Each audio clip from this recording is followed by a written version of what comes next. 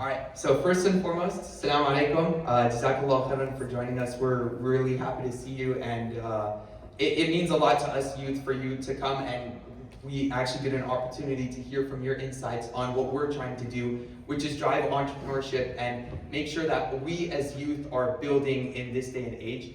So before I ask you any of the questions that I have prepared, I want to hear from you and in your perspective on entrepreneurship in terms of us youth and how we can play a role in rebuilding the future. And then, of course, just talk to the youth in whatever sense that you may through there, inshallah. All right, Assalamu alaikum wa rahmatullahi wa barakatuh.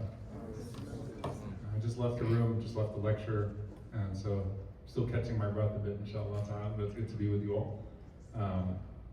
On this subject in particular, so, subhanAllah, I was talking to my father. My father's 83, mashallah. And we were talking about the way that his life played out and how he had to leave Palestine. He was actually born in Palestine 5 years before the state of Israel. And how he had to leave as a teenager to basically go out and earn for his family back home. And in that process, being away and earning, he lost both of his parents and all of his siblings while he was away.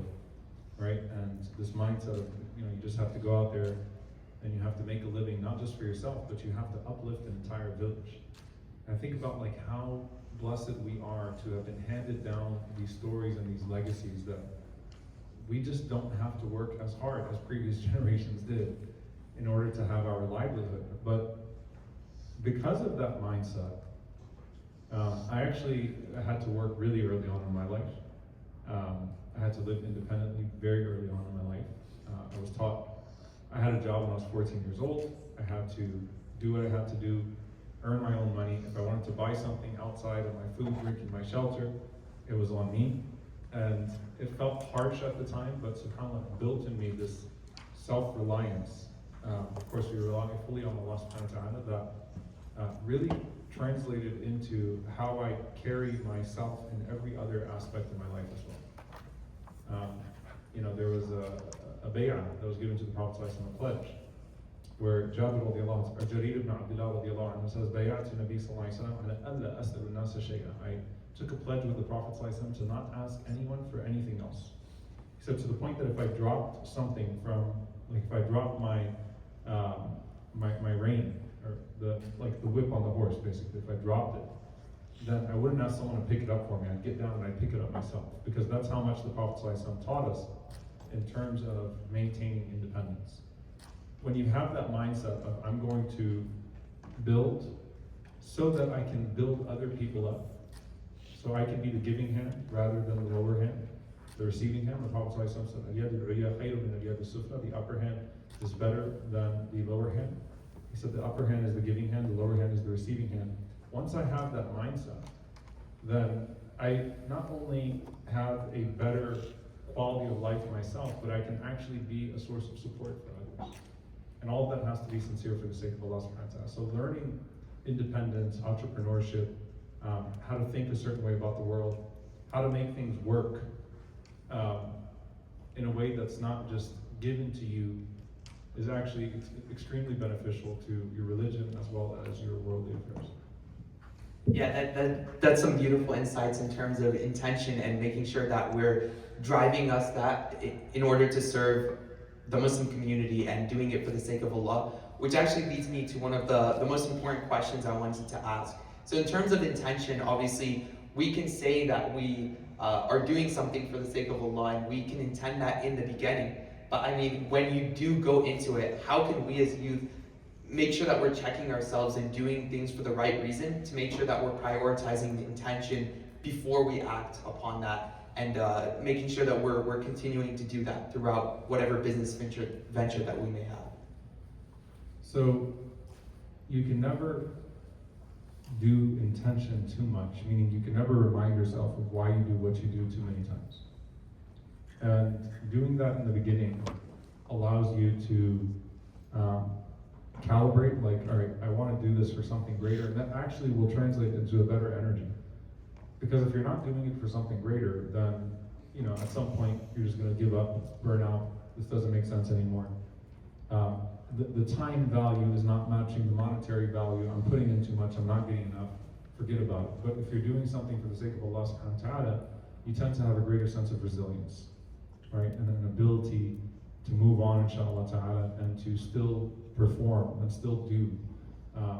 So you can't do this enough in your life. Like, there are so many studies about people that renew their why every single morning, right? Their why every single morning, and what that translates into in terms of work. And this is just purely in the secular sense, outside of the deen sense, that when I remind myself why I go to work every day, that I'm able to do this, I'm able to do that. For Muslims, like, that's actually in our adhkar al-sabah, asbahna wa asbahul mulku lillah, our morning remembrances. If you get any app, Fortress of the Muslim, My Dua, whatever it may be, and you read the morning remembrances that the Prophet ﷺ taught us. أصبحنا وأصبح الملك لله والحمد لله لا إله إلا الله وحده لا شريك له, until the end of it. So we wake up praising Allah subhanahu wa ta'ala, right? You remind yourself why you're awake, what you plan to do with being awake. So your intention is not even just for working that day, your intention is just for actually breathing that day, like what you want to do with the breath that's been given to you that day. Jazakallah khairan. So with that intention established, we actually go into the action part of it. And with us, at Beam Venture, what really drives us is the understanding that business and entrepreneurship can drive our Muslim Ummah forward, and that starts with the youth. But I wanted to ask you, what is one of the, or a few examples that you can share with us from the life of the Rasul Sallallahu Alaihi Wasallam or the Sahaba, in which entrepreneurship or business ventures is something that helped the entirety of the Ummah and built sustainability there, so that we can draw that into the modern day and have that as a driving motivation to see that when historically it works, how we can do that today as a form of motivation. So I have a series called The Firsts, where I do biographies of the companions. We're at over 170 of them now, alhamdulillah, and each one of them has a very unique intervention, something very unique that they brought to the world, and a unique set of circumstances. Some of them were rich, some of them were poor, some of them were privileged in terms of what class of society they belonged to. Others were from the downtrodden, right? But they all made the best of their circumstances. I'll just talk about it from a standpoint of character with the Prophet ﷺ himself. The Prophet ﷺ could look at a valley of Mecca and say that I remember being a shepherd of sheep in that valley. I don't know the name, Ajad, the valley of Ajad. I remember shepherding sheep for a living, for a few qarawid, like the pennies of the people of Mecca. And he said, sallallahu alaihi wasallam, that every single prophet was at some point a shepherd. You think about being a shepherd of sheep. You learn responsibility, you learn how to care for a flock, you learn how to earn a little at a time, you learn care, you learn all sorts of things in that process. You also learn quiet, right? Like being with your inventory, kind of like by yourself, and what that looks like. Like, we do live in an overstimulated generation, right? Where you constantly need a screen in our face, constantly need some sort of entertainment. Like, I can't even work out without having something in my ears I'm listening to. I have to be watching something, scrolling, being alone with yourself in your business. Like, there's so much that you learn from being a shepherd.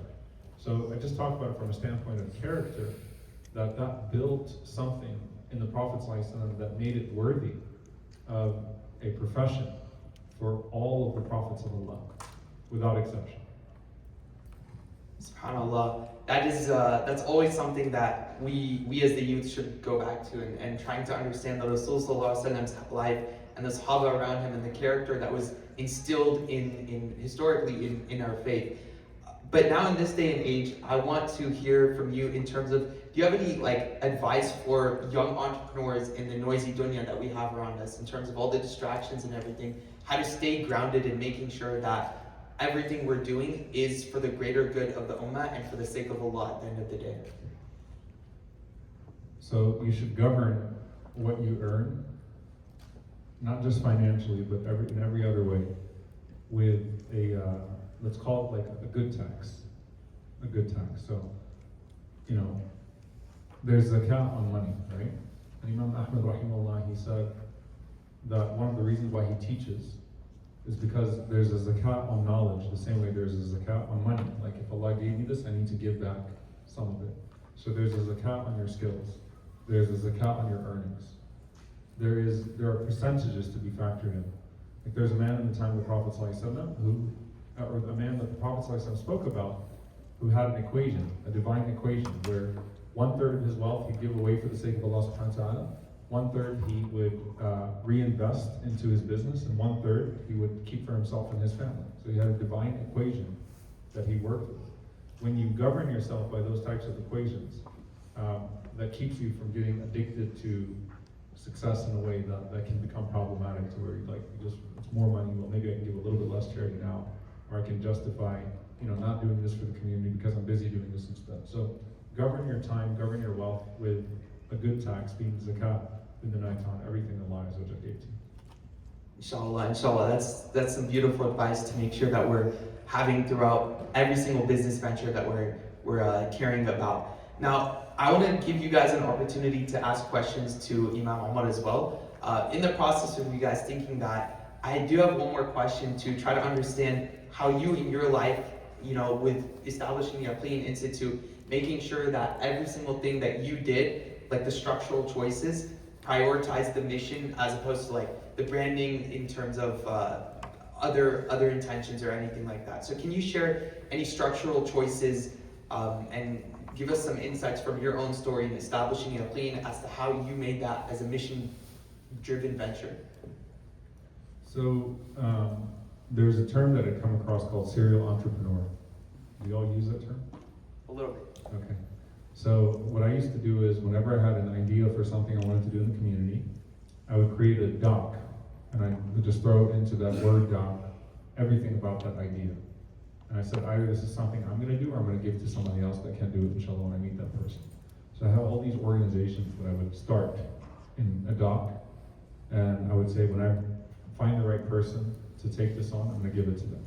On a personal level, obviously, I studied Islam, and my prime contribution to the world would be teaching Islam, right?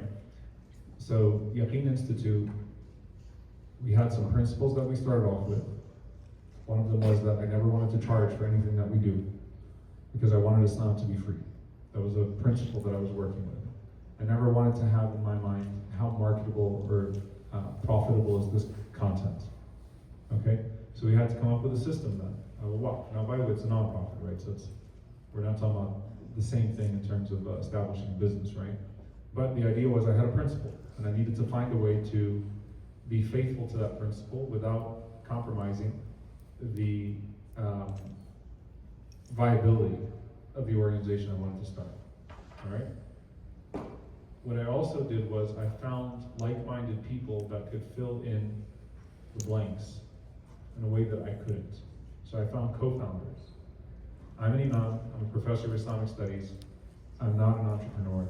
I've never run a multi-million-dollar organization. I've never had employees, right? So I found people that have scaled businesses, that have built businesses, that were willing to volunteer time to help me scale this thing out, to capture my vision for the organization, and to help scale it out. The last thing that I'll say is that I believe in what I do. And that's where you'll start to see, people will waver.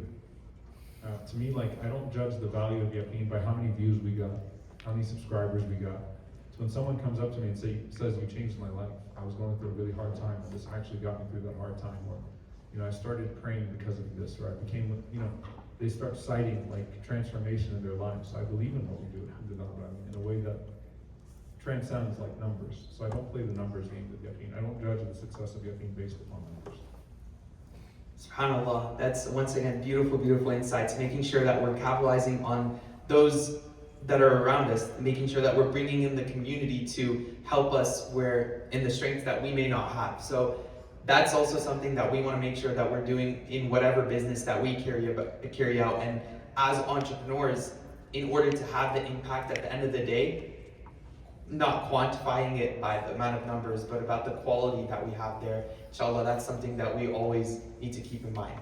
With that, I want to give an opportunity for anyone that may have any questions for Imam Omar to ask a question at this time. It's a beautiful opportunity now to hear some insights. So, do you guys have any questions? Inshallah. Guys, come on. This is, you gotta get these questions in. Muhammad, you told me you have a question? You had a question? Oh, okay. How do you find the proper intention in whatever you're doing, and also how do you make sure you're not having like multiple intentions? Like, say you want to do it for the sake of Allah, but there's also other intentions coming in as you do it. Like, how do you like prioritize your intentions? So prioritizing intentions. Your primary intention should be Allah subhanahu wa ta'ala, and if it's something that's exclusively religious, then you try to make it fully for Allah subhanahu wa ta'ala by downplaying the other elements of benefit that are there. So other benefits of doing something good for the sake of Allah subhanahu wa ta'ala should be consequential and not sought. But we're humans as well. So there should always be private acts of good that are only between you and Allah subhanahu wa ta'ala that nobody else knows about. There should always be more grace, more forgiveness, more charity, doing more quantifiably, right? That's divorced from any type of benefit other than being for the sake of Allah subhanahu wa ta'ala. Yes, question, Mike. Thank you, Imam, and appreciate listening to you always. Just a general, I guess, question. What's your approach for decision making, whether it's business, life, Islam? How do you go by? There's always uncertainty, right? And how do you?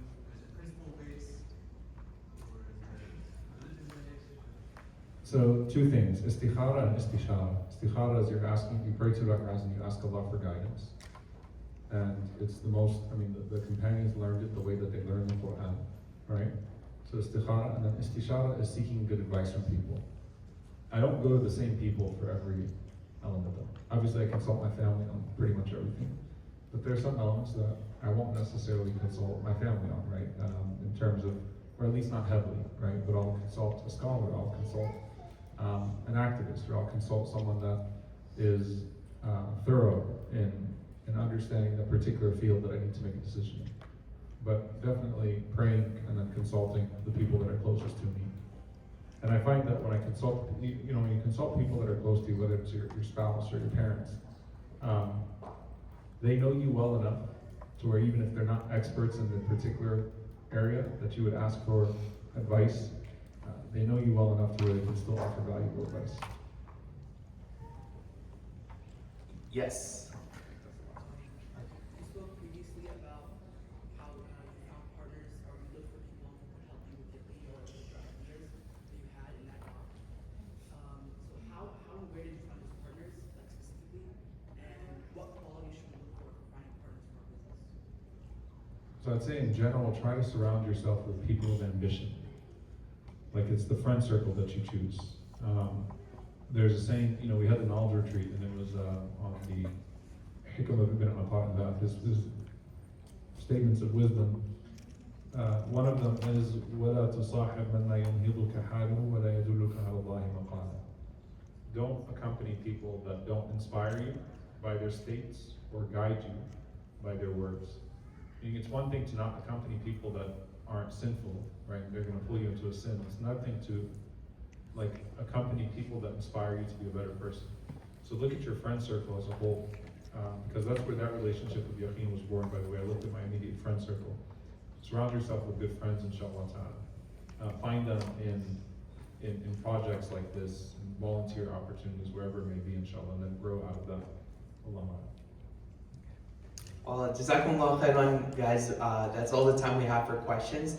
And Imam Omar, thank you so much for joining us. Allah, it means a lot, and inshallah the words you shared with us is going to have a big impact on us and motivate us and inspire us to make sure we're grounded in whatever we're pursuing. So once again, Jazakumullah khairan, and